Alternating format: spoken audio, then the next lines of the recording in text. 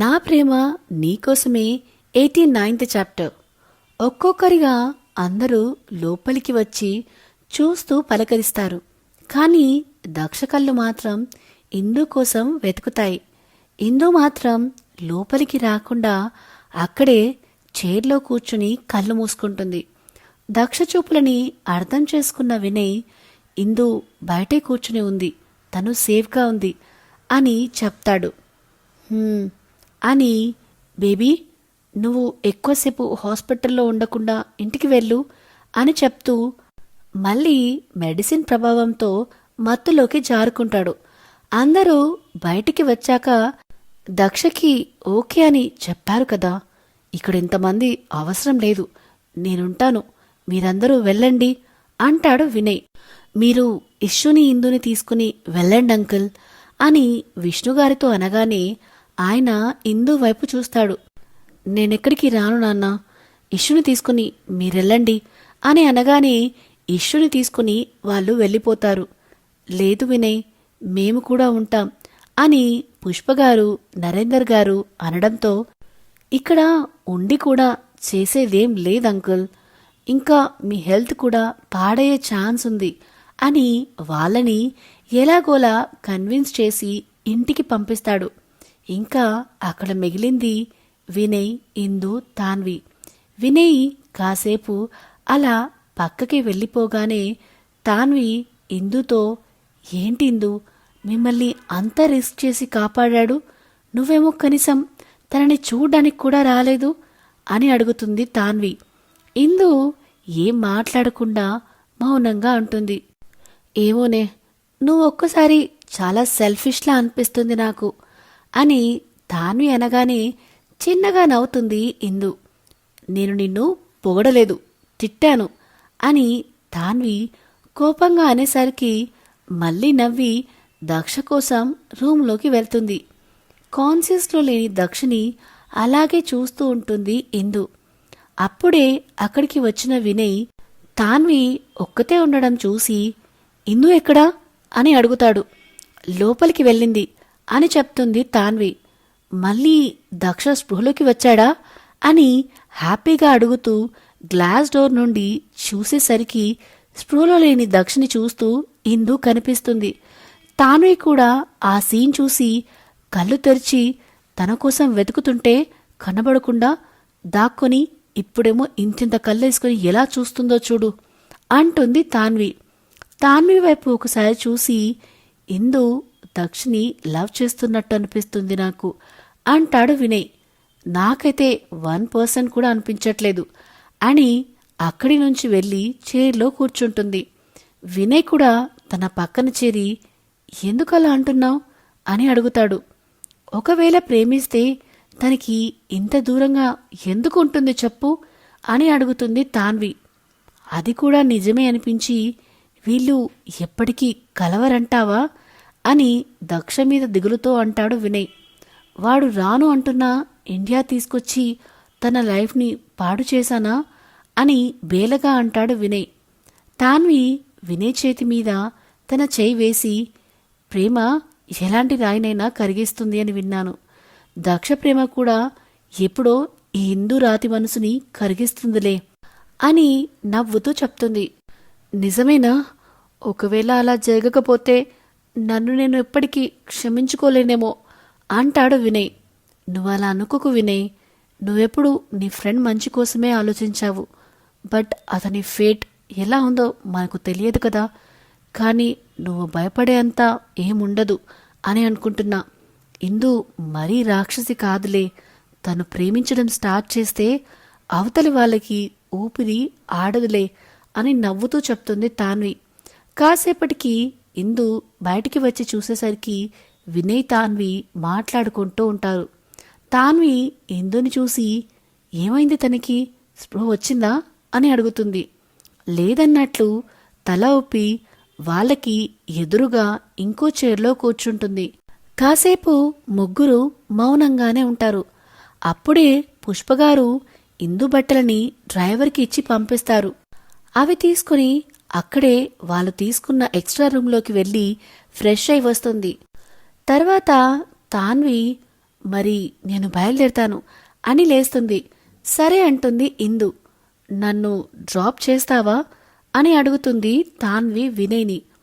ఎప్పుడు డ్రాప్ చేస్తా అన్నా రాకపోయేది, ఇప్పుడేంటి తనే అడుగుతుంది అనుకుంటూ, నువ్వు ఒక్కదానివి మేనేజ్ చేయగలవా ఇందు నేను వచ్చే వరకు అని వినయ్ అంటే, మీరు ఇంటికి వెళ్ళి ఫ్రెష్ అయ్యి రండి అని చెప్తుంది ఇందు. తొందరగానే వస్తాను అని తాన్విని తీసుకుని స్టార్ట్ అవుతాడు. కార్లో వెళ్తుండగా, ఏంటి పాపా ఎప్పుడు నేను డ్రాప్ చేస్తా అన్నా చిటపటలాడేదానివి, ఇప్పుడేమో తమరే డ్రాప్ చేయమంటున్నారు, ఏంటి సంగతి అంటూ కళ్ళెగిరేస్తే ఒకసారి వినయ్ వైపు చూసి, నువ్వక్కడ పానకంలో పుడకలా ఉండి వాళ్ళ ప్రైవసీని ఎక్కడ చెడగొడతావో అని నిన్ను నా వెంట తెచ్చుకుంటున్నాను అంటుంది తాన్వి వెటకారంగా. ఏంటి, నేను పానకంలో పుడకలా కనిపిస్తున్నానా అని గుర్రుగా అనేసరికి నవ్వి, సరదాగా అన్నాలే, మనం ఎవరమో ఒక్కరం అక్కడ ఉంటే ఇందు దక్ష దగ్గరికి వెళ్ళేలా కనిపించట్లేదు, అందుకే నిన్ను సైడ్ చేసేసా అంటుంది తాన్వి. నీ ఆలోచన బాగానే ఉంది, కానీ ఏదైనా ఎమర్జెన్సీ అవసరమై ఇందువల్ల కాకపోతే ఎలా అని అంటే, అందుకే నువ్వు హాస్పిటల్లోనే ఉండు, కానీ ఆ ఫ్లోర్లో ఉండకు అని చెప్తుంది తాన్వి. సరేలే, నీ ఫ్రెండ్ లైఫ్ కోసం బాగానే ఆలోచిస్తున్నావు, మరి మన సంగతేంటి అని అంటాడు. మన సంగతేంటి, ఏం లేదు, అప్పుడు నువ్వు నీ ఫ్రెండ్ గురించి ఆలోచించావు, ఇప్పుడు నేను నా ఫ్రెండ్ గురించి ఆలోచిస్తున్నాను, వాళ్ళిద్దరూ సెట్ అయ్యాక మన గురించి ఆలోచిద్దాంలే అని తాన్వి విండోలో నుండి బయటికి చూస్తూ చెప్తుంటే చటుక్కున తాన్వి బుగ్గకు కిస్ పెడతాడు విన్నుబాబు. తాన్వి గుర్రుగా చూస్తూ ఉంటే తన పెదాలకి పెక్కిస్తాడు. ఈడియట్ అని వినయ్ని కొడుతూ ఉంటే వినయ్ నవ్వుతూ ఉంటాడు. ఇక్కడ ఇందు అక్కడే బయట కూర్చుని ఉంటుంది. అప్పుడే దక్ష మళ్ళీ స్పృహలోకి వస్తాడు. నర్సు బయటికి వచ్చి, మేడం, పేషెంట్ స్పృహలోకి వచ్చారు, చూస్తే చూడొచ్చు అనగానే ఒక నిమిషం ఆగి తర్వాత లోపలికి వెళ్తుంది. లోపలికి వెళ్ళేసరికి దక్ష కదలాలి అని ట్రై చేస్తూ ఉంటాడు. లోపలికి వెళ్ళిన ఇందు అది చూసి, హలో సార్, మీరు నిద్రపోయి లేవలేదు, అలా ఎటు పడితే అటు కదలడానికి అని అంటుంది దగ్గరికి వచ్చి. ఇందుని ఒక క్షణం చూసి, నాకు ఒకే సైడ్ పడుకునేసరికి కంఫర్ట్గా అనిపించట్లేదు అనేసరికి, అయితే డాక్టర్తో మాట్లాడి కదలొచ్చో లేదో అని అంటూ ఉండగానే అక్కడికి డాక్టర్ వస్తాడు.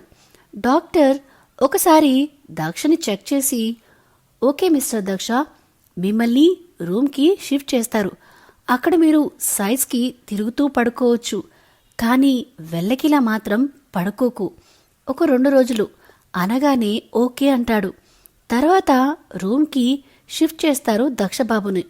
అక్కడ ఇందు ఒక్కతే కనిపించడంతో మిగతా వాళ్ళందరూ ఎక్కడ ఉన్నారు అని అడుగుతాడు. పక్కనే బత్తాయి జ్యూస్ తీస్తూ అందరూ ఇంటికి వెళ్లారు అని చెప్తుంది. మరి నువ్వెందుకు వెళ్ళలేదు అని అడుగుతాడు దక్షబాబు.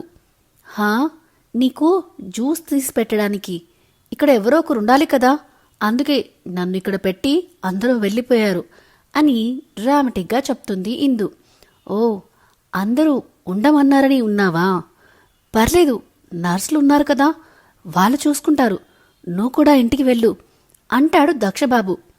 ఇప్పుడు నేనిక్కడ ఉంటే నీకొచ్చే నొప్పేంటి అని ఒక చేతిని నడుముకు పెట్టుకొని మరీ అడుగుతుంది.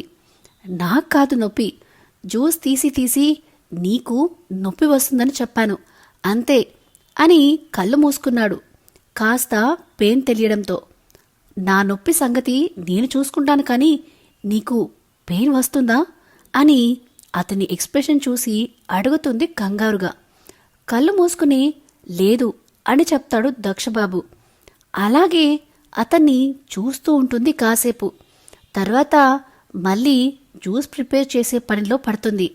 సడన్గా ఏదో గుర్తొచ్చినట్టు, ఆ చేమ్స్ గాడు బ్రతికాడా చచ్చాడా అని అడుగుతాడు కోపంగా. అప్పటి వరకు దక్ష గురించే భయంతో ఉండడం వలన ఆ విషయం మర్చిపోయింది ఇందు. అప్పుడే ఇందుకి కూడా ఆ డౌట్ వస్తుంది. ఏమో నాకు తెలియదు అంటుంది. వినయ్ ఎక్కడా అనగానే ఫ్రెష్ అయి రావడానికి వెళ్ళారు అని అంటుంది ఇందు. అని మళ్ళీ కళ్ళు మూసుకుంటూ ఉంటే జ్యూస్ తాగి పడుకో అని చెప్తుంది. దక్షకి లేవడానికి రాకుంటే ఇందుని దక్ష భుజం చుట్టూ చేతులతో పట్టుకుని లేవటానికి హెల్ప్ చేస్తుంది. ఇందు చేతులు దక్ష మీద పడేసరికి ఇందు వైపు తిరిగి తనకి దగ్గరగా ఉన్న ఇందు మొహాన్ని అలాగే చూస్తూ ఉంటాడు. లేవకుండా అలాగే చూస్తూ ఉండేసరికి నా మొహంలో ఏదైనా సినిమా కనిపిస్తుందా అలా చూస్తున్నావు అంటుంది. వెంటనే మొహం పక్కకి తిప్పుకొని లేచి కూర్చుంటాడు. తనని అలాగే కూర్చోబెట్టి చేతిని భుజం మీద ఉంచి ఇంకో చేత్తో జ్యూసు దక్ష నోటి ముందు పెడుతుంది. దక్ష ఇందు వైపు చూస్తూనే జ్యూస్ తాగుతూ ఉంటాడు. ఎంత వెతికినా ఇందు మొహంలో ఎలాంటి భావం దక్షకి కనపడట్లేదు. సో ఇదేనండి నా ప్రేమ నీకోసమే 89th చాప్టర్. ఇందు దక్షని ఇప్పటికైనా అర్థం చేసుకుందా లేదా? మీకు అర్థమైందా? ఈ స్టోరీ కనుక మీకు నచ్చినట్టయితే please like, share and comment చేయండి. అలానే ఇలాంటి కొత్త కొత్త కథల కోసం మన channel the novel whisperer with విన్యాని సబ్స్క్రైబ్ చేసుకోవడం మాత్రం అస్సలు మరవద్దు. Thank you. బాయ్.